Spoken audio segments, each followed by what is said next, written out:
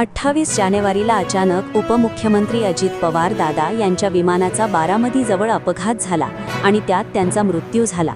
यामुळे महाराष्ट्राला पहिला मोठा धक्का बसला। पण आता 8-9 दिवसांनंतर आणखी एक मोठा धक्का बसला आहे, कारण या अपघाताबाबत काही खळबळजनक आणि संशयास्पद माहिती समोर आली आहे। प्रारंभीच्या माहितीनुसार विमानात 6 जण होते असं सांगितलं गेलं होतं, मात्र अपघातस्थळी फक्त 5 मृतदेह सापडले। मग तो 6वा व्यक्ती कुठे गेला? तो जिवंत वाचला का? आणि जर वाचला असेल तर तो कोण होता? तो पायलट होता की दादा स्वतः वाचले आहेत का? असे प्रश्न लोकांच्या मनात निर्माण झाले आहेत। अपघातानंतर लगेचच अंत्यसंस्कार झाले।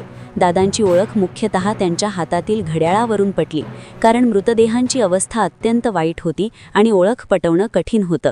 कालपर्यंत माध्यमांमध्ये सांगितलं जात होतं की विमानात 5च जण होते आणि 5ही मृतदेह सापडले, पण आता ही माहिती चुकीची असल्याची चर्चा सुरू झाली आहे। राष्ट्रवादी काँग्रेसचे आमदार अमोल मिटकरी यांनी मोठा दावा केला आहे। ते म्हणतात की अपघाताच्या दिवशी संध्याकाळी 5 वाजता ते स्वतः घटनास्थळी गेले होते। तिथल्या सरपंचांनी त्यांना सांगितलं की विमान कोसळल्यानंतर काही क्षणात दरवाजातून कुणीतरी बाहेर पडण्याचा प्रयत्न करत होतं। ते व्यक्तीला वाचवण्यासाठी लोक धावले, पण त्याचवेळी अचानक स्फोट झाला आणि 5 जणांचा मृत्यू झाला। या दाव्यामुळे संपूर्ण प्रकरणाला नवं वळण मिळालं आहे। अमोल मिटकरी यांनी म्हटलं आहे की अजित पवार यांच्या मृत्यूचा खरा गुन्हा उघड व्हावा आणि संपूर्ण सत्य समोर यावं, यासाठी ते जिवंत असेपर्यंत लढत राहतील। आता सर्वांच्या नजरा ब्लॅक बॉक्सवर लागल्या आहेत। ब्लॅक बॉक्स उघडल्यानंतर काय माहिती समोर येईल?